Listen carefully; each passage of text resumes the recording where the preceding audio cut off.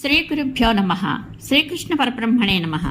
శ్రీమద్ భాగవత మహాపురాణం నందలి దశమస్కంధములోని ఉత్తరార్థమునందు 29వ అధ్యాయం ప్రారంభము. ఈ అధ్యాయంలో శ్రీకృష్ణుడు దంతవక్త్రుని విదూరథుని వధించుట, బలరామునిచే సూత పౌరాణికుని నిధనము మొదలగు విశేష విషయములను తెలుసుకుందాం. శ్రీశకుడు నుడివెను. పరీక్షణ్ మహారాజా, శిశుపాలుడు, సాల్వుడు, పౌండ్రకుడు శ్రీకృష్ణునిచే పరలోక గతులైరి. అంతటా దుష్టుడైన దంతవక్త్రుడు తన మిత్రుల రుణమును తీర్చుకొనుటకై తానొక్కడే యుద్ధమునకు సిద్ధమయ్యను. మిగుల బలశాలి అయిన దంతవక్త్రుడు మిక్కిలి ఆవేశపరుడై గదను చేబూని తన పాదఘట్టనములతో భూమిని కంపింపచేయచ్చు యుద్ధసన్నద్ధుడై పురోగమించెను. ఆ విధముగా తనపై దాడికి వచ్చుచున్న దంతవక్త్రుని చూచి శ్రీకృష్ణుడు వెంటనే గదను చేతబట్టి శీఘ్రముగా తన రథము నుండి దూకి చెలియలి కట్ట సముద్రమును వలె ఆ దురాత్మని నిలువరించెను. మదోన్మత్తుడు కారుష దేశాధిపతియగు దంతవక్త్రుడు గదను చేపూని ముకుందునితో ఇట్లనెను. ఓయి, నీవు నేడు నా ఎదుటికి వచ్చుట నా అదృష్టంగా భావించుచున్నాను. ఇది మిగుల ఆనందదాయకము. కృష్ణ, బంధురీత్యా నీవు నాకు మేనమామ కుమారుడవు. అందువలన నిన్ను చంపుట నాకు ఉచితము కాదు. కానీ నీవు నా బంధుమిత్రులకు ద్రోహం చేయుటయేగాక నన్నును చంపగోర్చున్నావు కనుక బుద్ధిహీనుడా, నేను వజ్రము వలె కర్కశమైన నా గదతో నిన్ను వధింతును. మూర్ఖుడా, నేను మిత్రుల కొరకై ప్రాణములనిచ్చువాడను. దేహంలో ఉన్న వ్యాధిని రూపుమాపినట్లుగా బంధురూపంలో శత్రుడవై ఉన్న నిన్ను హతమార్చి నా మిత్రుల రుణమును తీర్చుకొందును. ఈ విధముగా దంతవక్త్రుడు అంకుశములతో ఏనుగుల వల్లే మిక్కిలి పరుషవచనములతో శ్రీకృష్ణుని నొప్పించెను. పిమ్మట అతడు తన గద చేత ఆ స్వామి తలపై మోదుచు సింహము వలె బిగ్గరగా గర్జించెను. యుద్ధరంగమున దంతవక్త్రుడు గదతో తనను మోదినను ఆ కృష్ణప్రభువు ఏమాత్రమును చెలింపలేదు. పైగా ఆ స్వామియు బలమైన తన కౌమోదకీ గదతో వాని వక్షస్థలముపై గట్టిగా దెబ్బతీసెను. శ్రీకృష్ణుని యొక్క తిరుగులేని గదాప్రహారమునకు ఆ దంతవక్త్రుని వక్షస్థలము బ్రద్దలైపోయెను. అంతటా అతడు నోటి నుండి రక్తము క్రక్కసాగెను. కేశములు చెదిరిపోయెను. కాలు చేతులు నీల్కుకొనిపోగా నేలపై పడి అతడు అసువులను కోల్పోయెను. పరీక్షణ్ మహారాజా, ఆనాడు నిండు సభలో శిశుపాలుడు మృతుడైనప్పుడు జరిగినట్లు నేడు జనులందరూ చూచుచుండగా దంతవక్త్రుని కళేబరము నుండి అత్యంత సూక్ష్మమైన ఒక జ్యోతి బయలువెడలి శ్రీకృష్ణ పరమాత్మునిలో లీనమయ్యెను. ఆ దృశ్యము మిగుల అద్భుతావహమై ఉండెను. అంతటా దంతవక్త్రుని సోదరుడగు విదూరథుడు భ్రాతృమృతి కారణముగా అంతులేని శోకముతో కుమిలిపోయెను. వెంటనే అతడు మిగుల క్రుద్ధుడై కృష్ణుని చంపుట కొరకు ఖడ్గమును డాలును చేబూని బుసలు కొట్టుచు ఆ ప్రభువుపై విరుచుకొని పడెను. పరీక్షణ్ మహారాజా ఆ విధముగా తన మీదకి విజృంభించుచూ వచ్చుచున్న విదూరథుని గాంచి శ్రీకృష్ణుడు కిరీటకుండలములతో అలరార్చున్న అతని శిరస్సును వాడి అయిన తన చక్రధారతో ఖండించెను. ఈ విధముగా శ్రీకృష్ణ భగవానుడు సాల్వుని, అతని సౌభమును, దంతవక్త్రుని, అతని సోదరుడు విదూరథుని తదితర దుష్టులను నిర్మూలించెను. అప్పుడు సురలు, మానవులు ఆ స్వామిని వేనోళ్ల కీర్తించిరి. అనంతరము మునులు, సిద్ధులు, గంధర్వులు, విద్యాధరులు, నాగులు, అప్సరసలు, పితృగణముల వారు, యక్షులు, కిన్నరులు, చారణులు తన విజయగాథలను గానము చేయుచు పుష్పములను వర్షించుచుండగా ఆ నందనందనుడు వృష్ణివంశ ప్రముఖులతో కూడి చక్కగా అలంకృతమయ్యున్న ద్వారకలో ప్రవేశించెను. యోగేశ్వరుడు, జగన్నాథుడు అయిన కృష్ణ భగవానుడు ఈ విధంగా అనేక లీలలను నెరపుచుండెను. పశుదృష్టి గలవారు జరాసంధాదుల చేత శ్రీకృష్ణుడు పరాజితుడైనట్లు భావించినను ఆ ప్రభువు ఎల్లప్పుడూ విజేతయే.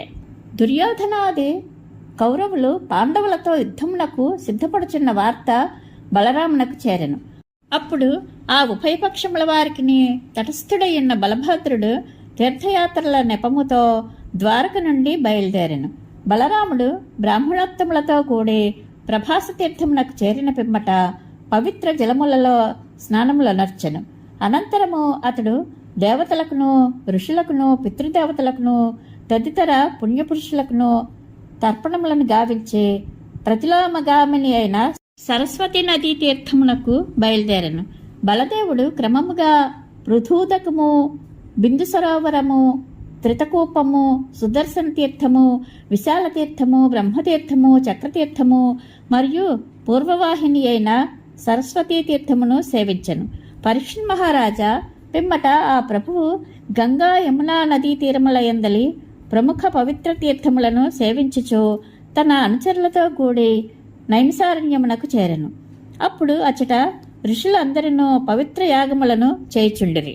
దీర్ఘసత్రమును అనగా 1000 యాగములతో సమానమైన ఒక మహాయజ్ఞమును ఆచరించుచున్న మహర్షులు అచటికి విచ్చేసిన బలరాముని చూచినంతనే తమ ఆసనముల నుండి లేచి ఆయనకు స్వాగత సత్కారములను ఆచరించిరి.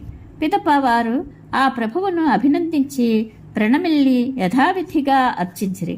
వారు తనకును తన అనుయాయులైన బ్రాహ్మణోత్తములకును అర్చామర్యాదలు చేసిన పిదప బలభద్రుడు ఉన్నతాసనమును అలంకరించెను. అంతటా అతడు వ్యాసభగవానుని శిష్యుడైన రోమహర్షణుడు సముచితమైన ఆసనముపై కూర్చుని ఉండగా చూచెను. రోమహర్షణుడు నిమ్నకులజుడైనను బ్రాహ్మణోత్తముల ఆసనముల కంటెను ఎత్తైన పీఠమున కూర్చుని ఉండెను. బలదేవుడు అతడికి వచ్చినప్పుడు అతడు స్వాగతము చెప్పుట గాని అంజలి ఘటించుచు నమస్కరించుట గాని చేయకుండెను. అందులకు బలరాముడు ఎంతయో కుపితుడై ఇట్లనెను: ఈ రోమహర్షణుడు సూతజాతికి చెందినవాడైనప్పటికీ ఈ భూసురోత్తముల కంటెను ధర్మ పరిరక్షకులమైన మాకంటెను ఉన్నతాసనమును అధిష్ఠించి ఉన్నాడు. ఎట్టి మహాపరాధమునర్చిన ఈ దుర్మతి వధార్హుడు. ఇతడు మహర్షి వ్యాసభగవానుని శిష్యుడై అనేక ఇతిహాస పురాణములను ధర్మశాస్త్రములను అన్నింటినీ అభ్యసించను. కానీ ఇతడు అభ్యసించిన చదువులన్నీ వ్యర్థములే. ఇతడు పండితమాని. ఇతనిలో సంయమనం గాని వినయము గాని శూన్యములు. నటునకు వలె జితేంద్రియుడు కానివానికి ఎన్ని మంచి గుణములు ఉన్నను వ్యర్థములే. ధర్మములను ఏమాత్రము ఆచరింపక ధర్మములను ఆచరించుచున్న వారి వలె వేషములను ధరించేవారు మహాపాపాత్ములు. అందువలన వారు వధార్హులే. అట్టి వారిని శిక్షించుటకే నేను ఇట్లు ఈ లోకమున అవతరించితిని. మహాత్ముడైన బలరాముడు సర్వసమర్థుడే అయినను నిష్ఠతో తీర్థయాత్రలను జరుపుచున్నందున ఎవ్వరినీ శిక్షించుటకు పాల్పడరాదు. అయినను ఇట్లు క్రుద్ధుడై ఉన్నందున ఆ మహానుభావుడు తన చేతిలోని కుశాగ్రమును మంత్రించి సూతునిపై ప్రయోగించెను. భవితవ్యమొకటి వలన వెంటనే అతడు మరణించెను.